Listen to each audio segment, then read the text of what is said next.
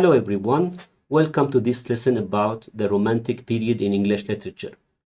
So far I have created many videos or lessons about the literary periods in English literature, starting from the classical age before English literature and till postmodernism. I'll leave a link for these videos in the description. You may watch it if you are interested. However, I've noticed that many of my viewers were interested in Romanticism in particular. So I wanted to talk about the Romantic period in details. So I made this lesson, which mentions or talks about the key texts in Romanticism and their historical context. So I'll give you an example. Let's say this certain poem or literary work was published in, let's say, 1775. And I'll show you in the same year what happened or what was happening around the same time. So, this doesn't mean that this literary work is directly related to this historical event or unrelated. It's just to know the context or what was happening at that time when this literary work was published or was released. So, let's get started. So, when we talk about the Romantic period in English literature or any other literary period, it's important to remember that the time is not fixed or we don't have exact dates. So, the dates of any literary period might vary from a resource to another. And that also depends on the type of classification of each literary school. So, Romanticism, the same as all literary periods, have like flexible dates. So, in my lesson about Romanticism, I mentioned early Romanticism, high Romanticism, and late Romanticism. Here in this lesson, we will talk about, as I mentioned, the texts and the literary and historical context of each of the key texts. And we'll start with early Romanticism, circa 1770 till 1790. And we'll continue with the other subperiods later in this lesson. So early Romanticism starting approximately at 17 or in 1770. It's important to remember that this certain date is considered normally as part of the neoclassical age, the age that precedes Romanticism. However, we can consider the literary works between the end of the neoclassical age and Romanticism as transitional phase. So, let's get started with the literary works in early Romanticism. We can start as early as 1773 with the famous poems of Anna Laetitia Barbauld. And in 1774, we have Goethe's The Sorrows of Young Werther. So these two authors can be considered like the early Romantic authors or poets. During this time in 1773, an important announcement or act called East India Act was announced in Great Britain. This act brings large portions of the Indian subcontinent under British government control. So, are these literary works related to this? As I mentioned in the beginning, maybe yes, maybe no. In this lesson, I'm just mentioning the literary works year by year and the historical context. So let's move on to the next years. In 1776, Adam Smith published The Wealth of Nations. And we have also in 1778 Frances Burney's literary work Evelina and Samuel Johnson's Lives of the English Poets. And this time didn't only witness like literary works, we have also some philosophical works like Immanuel Kant's Critique of Pure Reason, Confessions, and other literary works. This is here a very important historical context.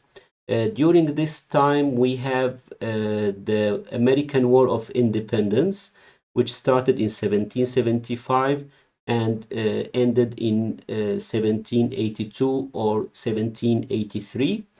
And we have like the 13 American colonies called for independence from the British Empire. And we have Gordon riots in London in 1780 and many other incidents that finished with the Treaty of Paris when the United States of America declared its independence from the British Empire. Let's talk about the time between 1784 and 1786. We have many important literary works. Still, we are in early Romanticism. In 1784, we have Charlotte Smith's Elegiac Sonnets, and we have in 1785 William Cowper's The Task, and in 1786 we have William Beckford's Vathek, and we have many poems from the poet Robert Burns. And it's worth mentioning that most of them or many of these poems were written in the Scottish dialect. Now, the context between these years, 1783 till 1786. In 1783, we have William Pitt becoming the prime minister, and he served until 1801, and he served again between 1804 and 1806. Okay, so why are we talking about William Pitt, the prime minister? Why is he important? He became the prime minister at the age of 24. This was a really remarkable thing at that time, and he achieved many reforms like financially, economically, and on many other fields. And we have the death of Samuel Johnson in 1784, and we have the establishment of the Asiatic Society in Calcutta by Warren Hastings and Sir William Jones. What is the Asiatic Society? It's a kind of like similar to an academy that teaches Oriental literary works and like Asian languages and cultures. So it was like something new at that time. Now let's move to the period between 1789 till 1793.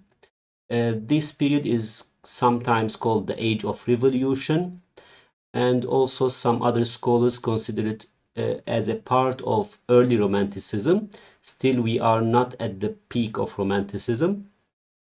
So in 1789, we have Jeremy Bentham's Principles of Morals and Legislation. We have a very important literary work, which is the collection of William Blake's poems called Songs of Innocence. And we have in 1790 Joanna Baillie's poems. She published many nice poems that we will talk about later in this lesson. And we have William Blake's The Marriage of Heaven and Hell. And we have Edmund Burke's reflections on the revolution in France. As you notice, it's a very important event that had its effect on literary works, as we see. In 1791, we have William Gilpin's Observations on the River Wye. The River Wye is a very long river in the UK. It runs in England and Wales. And we have Thomas Paine's Rights of Man, and we have Anne Radcliffe's The Romance of the Forest. And in 1792, we have one of the first feminist writings, which is by Mary Wollstonecraft, A Vindication of the Rights of Women. It's a very important text. And in 1793, we have William Godwin's Political Justice. Now, these are the main or the key literary texts in the Romantic period between 1789 till 1793. Now, let's talk about the political and the historical and also the cultural context. In 1787, we have Mozart's Don Giovanni, and we have the establishment or the foundation of the Society for the Abolition of the Slave Trade. Also happened in the same year, 1787. And we have a very important event, which is the fall of the Bastille in 1789. This event is considered the start of the French Revolution. And we have the first exhibitions of W. Turner at the Royal Academy in 1790. And we have another revolution. That's why we call it the Age of Revolution. We have another revolution in Santo Domingo, which is modern Haiti nowadays. Also, it's against the British Empire. And we have some bloody events that happened in 1792. They are called September Massacres in Paris. And we have the execution of Louis XVI and Marie Antoinette in 1793. And we have the declaration of war between France and Britain. So as you see, it's the Romantic Age and also the War Age. We have wars and romance. Next, let's see the next period. Now let's talk about the period between 1794 and 1797. This period also witnessed some of the most important literary works in Romanticism.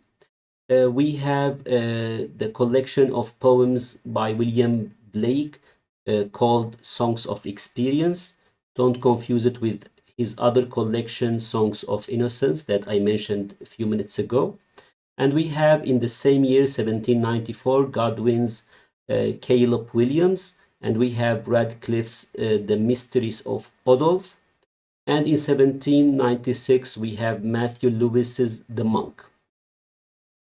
For the historical context, in the same year that William Blake published his Songs of Experience, we have the fall of Robespierre, and we have a very important incident, which is the trials for high treason of members of the London Corresponding Society. And as we witnessed so far, we have revolutions in France, Haiti, American independence. So this led to Pitt's Gauging Acts in 1795. These acts suppressed freedom of speech and put limits to freedom in Britain at that time. And in 1797, we have Mary Wollstonecraft. We talked about her important text in the previous minute. She dies in that year, in 1797, due to complications while giving birth to her child. Now we reach the most important year in the Romantic period, 1798. This year is considered as the official start of the Romantic period in English literature, since it witnessed some of the most important works in Romanticism. So we have Bailey's plays on the passions, we have Bentham's political economy, we have an essay on the principle of population by Thomas Malthus, and we have the most important literary work in the Romantic period, which is the Lyrical Ballads by William Wordsworth and Samuel Taylor Coleridge. So, a lot of scholars consider the Lyrical Ballads as the start of Romanticism. And we have in the 1800s, in this year, we have this literary work by Maria Edgeworth, Castle Rackrent, and Mary Robinson's Lyrical Tales. So, as you noticed so far, many revolutions, many wars. So it's called the age of war and love, war and romance. So in 1798, we have a very important also incident, which is the rebellion in Ireland. So after Haiti, America, France, we have now also Ireland. Let's now talk about the period between 1802 and 1805. We have texts by Walter Scott in 1802 and 1803, like Minstrelsy of the Scottish Border, and again by Scott in 1805, The Lay of the Last Minstrel. For the historical context, we have here in 1801 the parliamentary union between Ireland and Great Britain. And we have in 1802 John Constable first exhibitions at the Royal Academy. And in 1804 we have Napoleon crowned as the emperor. And at the same time, in the same year, we have the founding of the Republic of Haiti. And in 1805 we have a very important event and a turning point, which is when the French fleet was defeated by the British at Trafalgar.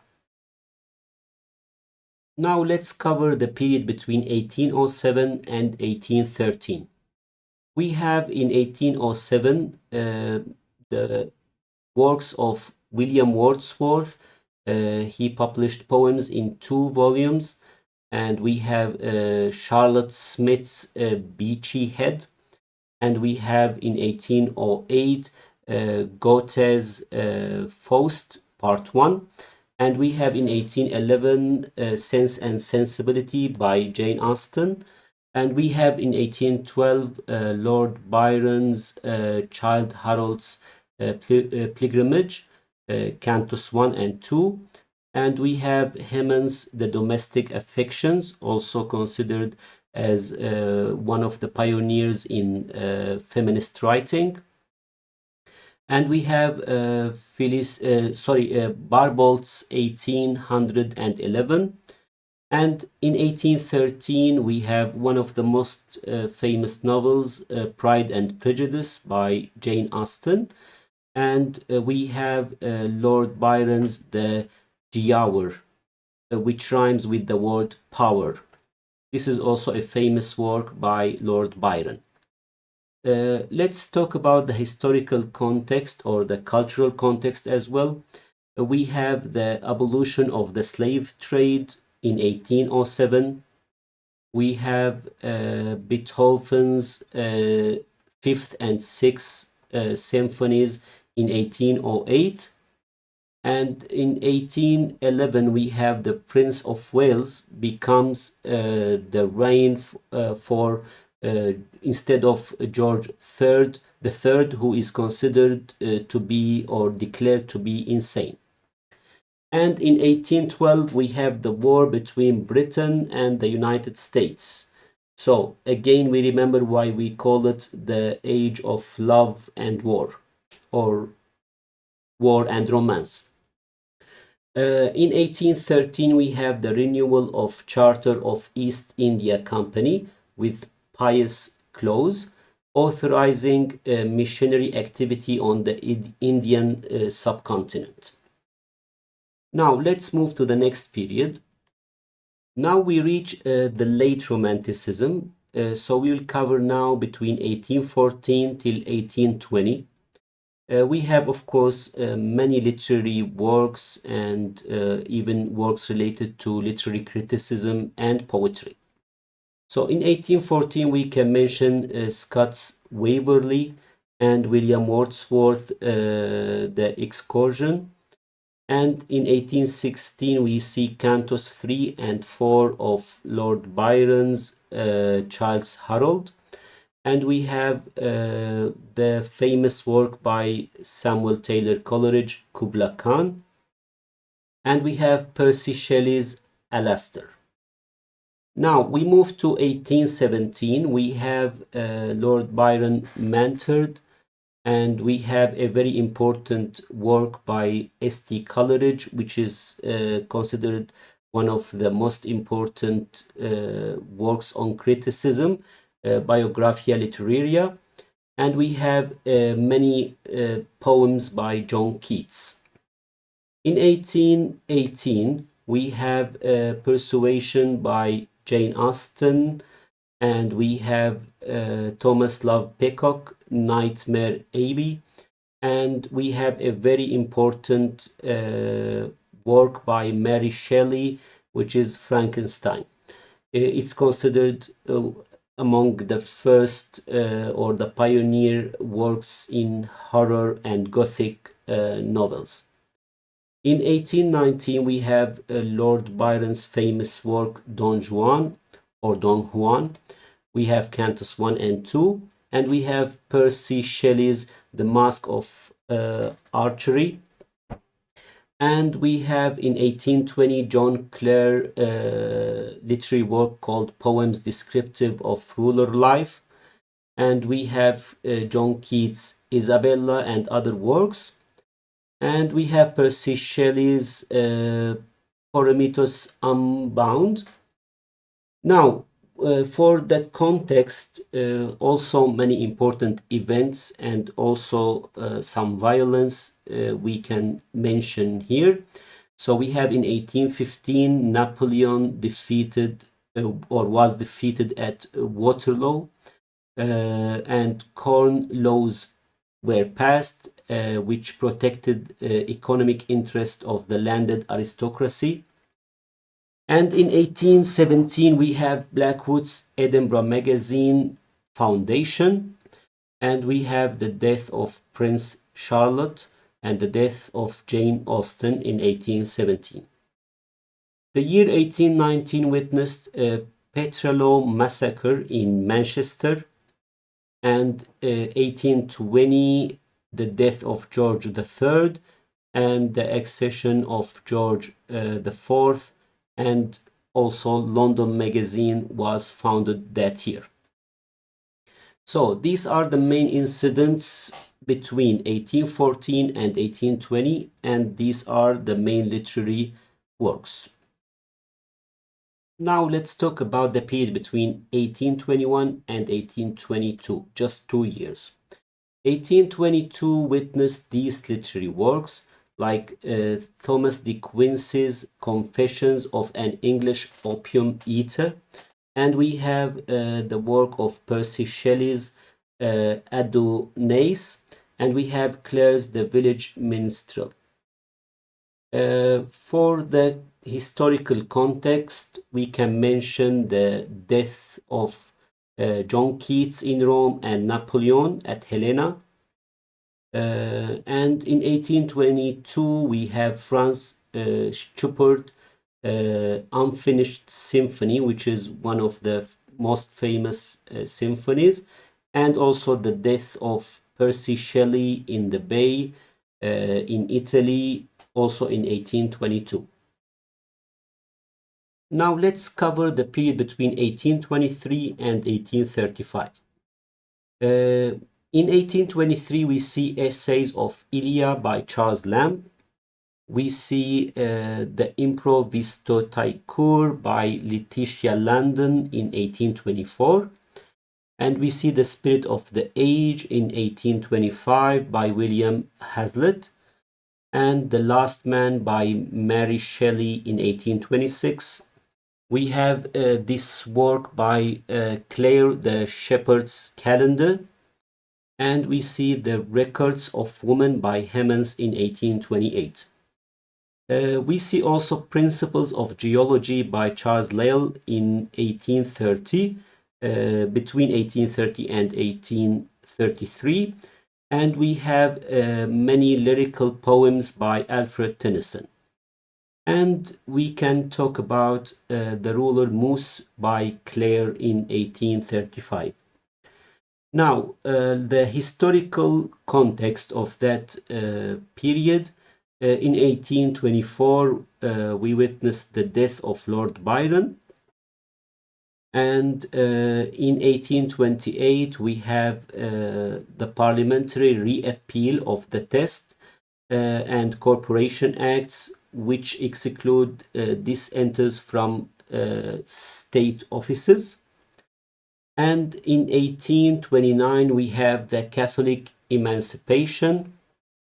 And 1830 witnessed the death of George IV and the accession of William IV and revolution in France. And in 1832, we have the first Reform Bill. So, what is the importance of the first Reform Bill? Well, this is a very important and significant one or event. This act excluded the working class from voting and gave more privileges to the high class of the society. So we have covered the main literary works during Romanticism, and we talked about the historical and cultural context at the same time. So we covered the time period between 1770, the end of the neoclassical age, till the end of Romanticism in 1835. I hope you found this lesson useful, and thank you for watching, and see you later.